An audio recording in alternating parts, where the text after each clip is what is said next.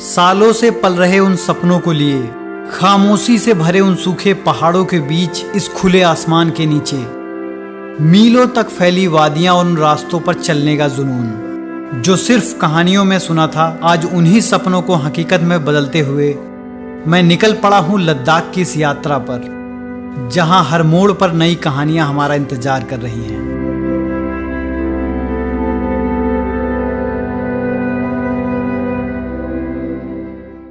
तो भाई चलने से पहले की जो मशक्कत है वो आपको दिखा देता हूँ, कितनी मेहनत करनी पड़ रही है लद्दाख जाने के लिए।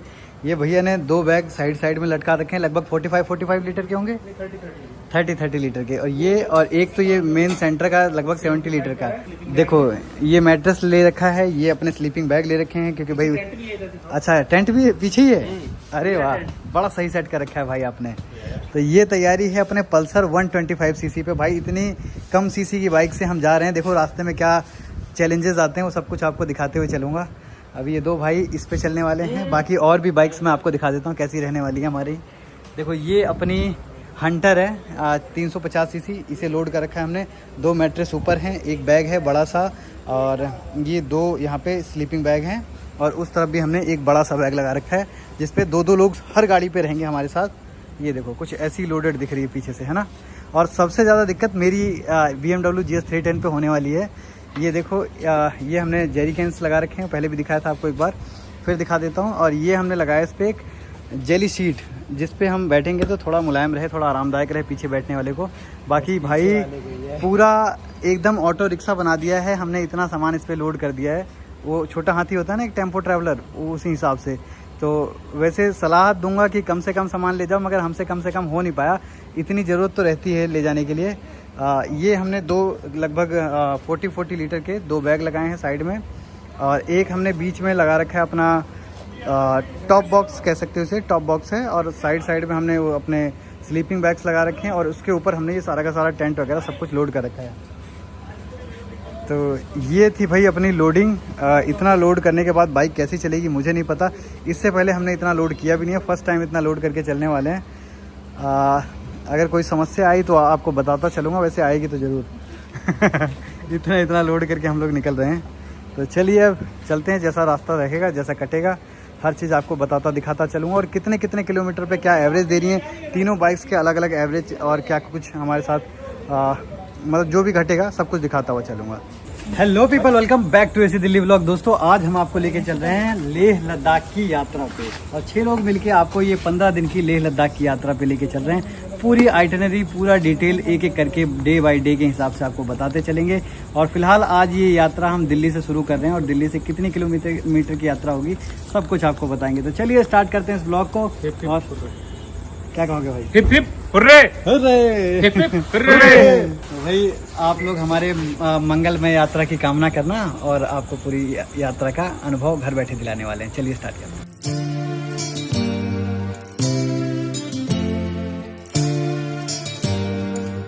तो भाई अभी हम मूर्थल क्रॉस कर रहे हैं, और मूर्थल में ना एक से एक लग्जरी ढाबे आपको देखने को मिलते हैं। देखो झिलमिल ढाबा, पता नहीं कौन कौन से ढाबे हैं, और यहाँ का पराठा बड़ा फेमस होता है यार मूर्थल का। तो अभी फ़िलहाल इसको क्रॉस करके हम चलते हैं आगे, क्योंकि यहाँ रुकना भी कोई मतलब नहीं है। हम रुकेंगे सीधा पंजाब में भाई साहब, चंडीगढ़ में। तो चलिए चलते हैं।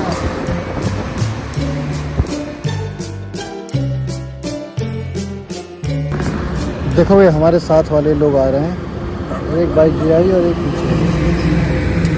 ये है अपने पल्सर फुल्ली लोडेड। वीडियो बन रही है। ये देखो पूरे डब्बे हमने ले रखे, क्योंकि आगे ना पेट्रोल नहीं मिलेगा तो वो कैन वगैरह हम इसी में भर के काम चला लेंगे। बाकी भाई मैंने तो अपने इस वाले में जेरी कैन वगैरह लगाया था। एक दूसरी वाली जो बाइक है अपनी हंटर है, वो भी आ गई है। मस्त लोडेड है। चलो तो भाई अब हम लोग लगभग 200 किलोमीटर के आसपास कवर कर चुके हैं। 100 किलोमीटर आसपास बचा हुआ है अब यहाँ से। तो सबको मैंने यहाँ पे रुकाया, अब चाय वाय पियेंगे, फ्रेश वगैरह होंगे, उसके बाद निकलेंगे फिर आगे के लिए। ये है कोई ढाबा, मयूर ढाबा। तो भाई नींद आ रही थी बड़ी भयंकर वाली, रात के लगभग 3 सवा 3 हो रहे हैं, और एक चाय ले लिए। चाय पीते हैं, नींद भगाते हैं, उसके बाद फिर खींचना है यार लगभग 120 किलोमीटर और उसके बाद मिलते हैं सीधा चंडीगढ़ में।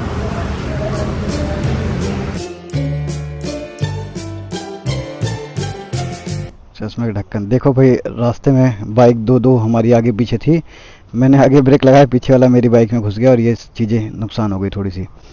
बाकी कुछ ज़्यादा डैमेज नहीं हुआ है, इतना होता है मगर समझा दिया कि अब डिस्टेंस मेंटेन करके चलना भाई, इस चक्कर में और कोई आगे लड़ा तो तकलीफ़ हो जाएगी। और मेरे पास राइडिंग गियर्स थे भाई जिन्होंने बचाया। देखो ये राइडिंग गियर का फ़ायदा है।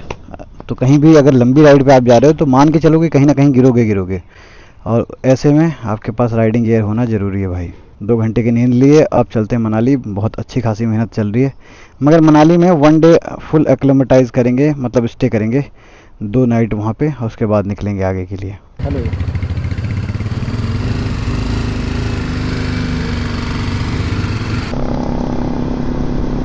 दोस्तों, दिल्ली से सीधा मनाली के लिए हम निकले थे, मगर एक साथ 500-550 किलोमीटर तक तय करना थोड़ा सा हैक्टिक हो जाता, तो इसलिए हमने चंडीगढ़ में 2-2.5 घंटे का हॉल्ट ले लिया था। तो एक फ्रेंड के यहाँ रुके हुए थे, अब वहाँ से हमने नहा धो के फिर से आगे चलना शुरू कर दिया है। अब कुछ ही समय में लगभग आज शाम तक का पूरा टाइम था हमारे पास कि सुबह से चल रहे हैं, शाम तक भी अगर मनाली पहुँच गए तो फिर अच्छा ही है। और उसके बाद लगभग 2 नाइट हमने प्लान किया था कि मनाली में हम रुकेंगे, मतलब 1 नाइट आज की रात और 1 दिन सारा दिन शॉपिंग वगैरह करेंगे, फिर 1 नाइट रुकेंगे, अगले दिन की मॉर्निंग हम फिर आगे की तरफ बढ़ेंगे।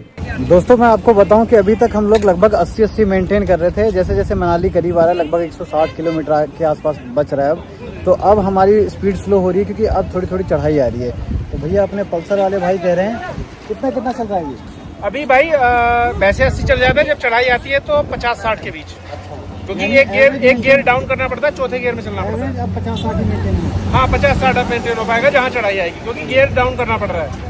तो देख लिया भाई, और मैं भी नहीं भगा पा रहा हूँ क्योंकि मेरी तो बैलेंसिंग गड़बड़ है, सारा माल पीछे है और इस वजह से मेरा आगे से उठ जाता है थोड़ा सा। तो इसे आगे चल के फिर शिफ्ट करेंगे आगे पीछे करके, तब फिर चलेगी सही। और ये है अपने तीसरे भाई। कैसा एक्सपीरियंस है भैया? चल कैसी रही है गाड़ी? बराबर भाई, इन्हीं की सबसे बराबर चल रही है।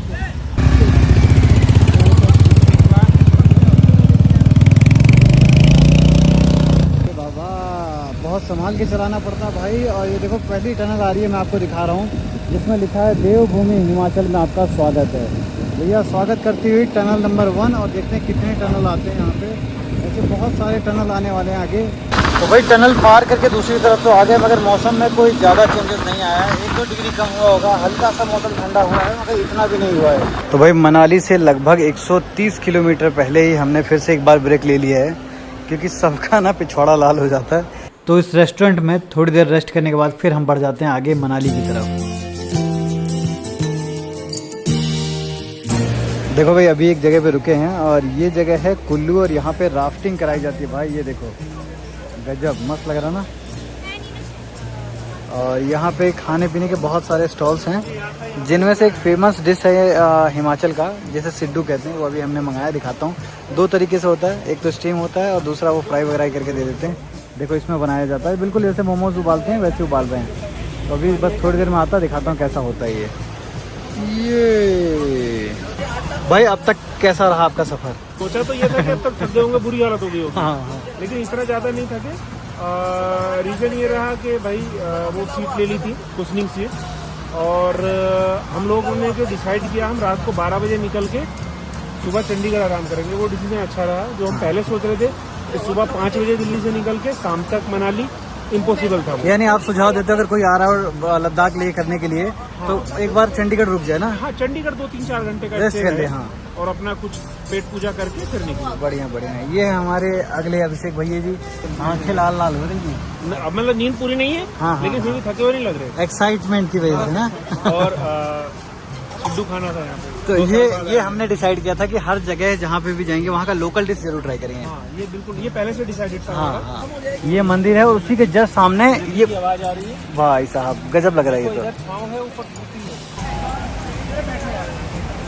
ये ब्रेड जैसा लग रहा है ये तो, सिड्डू ब्रेड। अच्छा कुछ है दाल वाले ना सर, दाल होती क्या होता है? अखरोट की फीलिंग। देखो भाई ये सिड्डू आ गया है, उसमें सिड्डू में फीलिंग है अखरोट की, और ये जो वाइट चटनी ये भी अखरोट की बनी हुई है। ये है फ्राइड वाला, सेम चीज़ को फ्राई कर देते हैं ऊपर से। तो दोस्तों कल की रात लगभग 7 बजे हम लोग मनाली पहुंचे थे और ये हमने छोटा सा होटल लिया था और यहाँ से जो नज़ारे दिखते हैं ना भाई बहुत ही गजब के हैं। ये हैं यहाँ के नज़ारे। ये है भाई न्यू मनाली। यहाँ पे ओल्ड और न्यू मनाली हैं। बेसिकली मॉल रोड के आसपास जो है वो ओल्ड मनाली वाला एरिया है और ये न्यू मनाली है। और यहाँ पे देख रहे हो आप इस समय बहुत अच्छे सेब लगे हुए हैं, हर जगह आपको देखने को मिल जाएंगे मनाली वाले एरिया में। बाकी यहाँ से जो व्यू आते हैं ना भाई बहुत गजब आते हैं। ये देखो है ना खूबसूरत जगह। तो भाई कभी आना तो न्यू मनाली में स्टे करना, बहुत सुकून और शांति और बहुत मज़ेदार व्यूज़ देखने को मिलेंगे। मौसम बहुत ही ठंडा है, कोई एसी और कोई भी कूलर लगाने की ज़रूरत नहीं है, कोई पंखा भी नहीं है यहाँ पे। तो दोस्तों आज हम मनाली में 1 डे स्टे करेंगे क्योंकि लेह लद्दाख जाने के लिए ना एक्लेमेटाइज करना पड़ता है बॉडी को, यानी बॉडी को ऑक्सीजन कम में चलने की आदत बनानी पड़ती है। तो बस उसी के लिए हम लोग 1 डे का यहाँ पे मनाली में स्टे कर रहे हैं। और देखो पूरे सब ने महफिल बिठा रखी है और यहाँ पे खाना वाना चल रहा था हमारा ब्रेकफास्ट। तो अभी 1 डे हम यहीं रुकने वाले हैं, शॉपिंग वॉपिंग करेंगे थोड़ा आगे बढ़ने के लिए, कैंपिंग वैम्पिंग कैसे करना है सब चीज़ के लिए। और यहाँ पे आज मस्ती करने वाले हैं कुल मिला के। गाड़ियाँ वाड़ियाँ थोड़ी बहुत जो ख़राब है मेंटेन कराएंगे। कल से मिलेंगे आपको आगे के रास्ते पे बारालाचा की तरफ। कल के लिए निकलेंगे हम लोग। दोस्तों मनाली में लगभग 24 घंटे तक एक्लेमेटाइज करने के बाद अब हम आगे बढ़ने के लिए तैयार हैं। सब देखो यहाँ पे अपना अपना कपड़ा वगैरह पहन रहे हैं और एक दिन मनाली में वैसे भी रेस्ट करना चाहिए। और आगे देखते हैं कैसा रहेगा माहौल, क्योंकि सुना है कि हाई एल्टीट्यूड पास अपने बारालाचा आने ही वाला है, बस अगला स्टॉप अपना वही होगा। तो यहाँ से निकलने की तैयारी हो रही है। अब देखो बैग वैग लोड करेंगे थोड़ी देर में।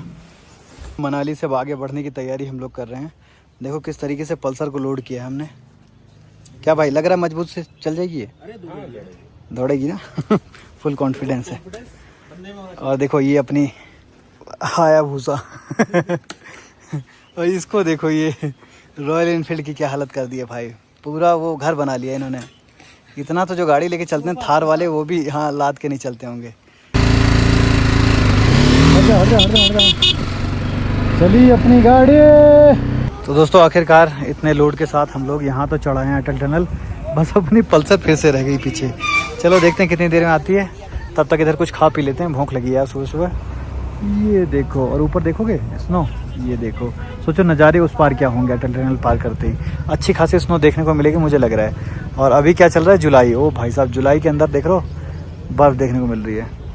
ओए होए।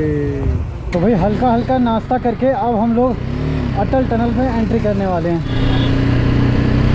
चलो भाई चलो एंट्री कर चुके हैं हम लोग अटल टनल में।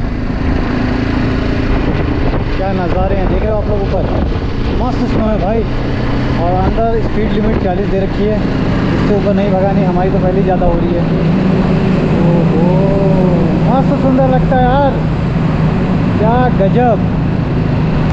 तो बस भाई मोड़ आने वाला है, बाहर निकलने वाले हैं। 9 किलोमीटर का ये टनल पूरा हुआ अपना। और देखते हैं बाहर के कैसे नज़ारे होते हैं, क्योंकि विंटर्स में हम आए थे और अच्छी खासी स्नो थी भाई। नहीं है रे बाबा, सूखा पड़ा इधर तो भाई। काफ़ी आगे आ गए थे, अब थोड़ा दिमाग मेरा सुन्न होने लगा, मगर ऊपर के नज़ारे देख के बड़ा सुकून मिल रहा है यार। तो भाई ये लद्दाख का सफ़र 4-5 पार्ट में आने वाला है। तो आगे आने वाले व्लॉग्स देखने के लिए भाई सब्सक्राइब कर लेना।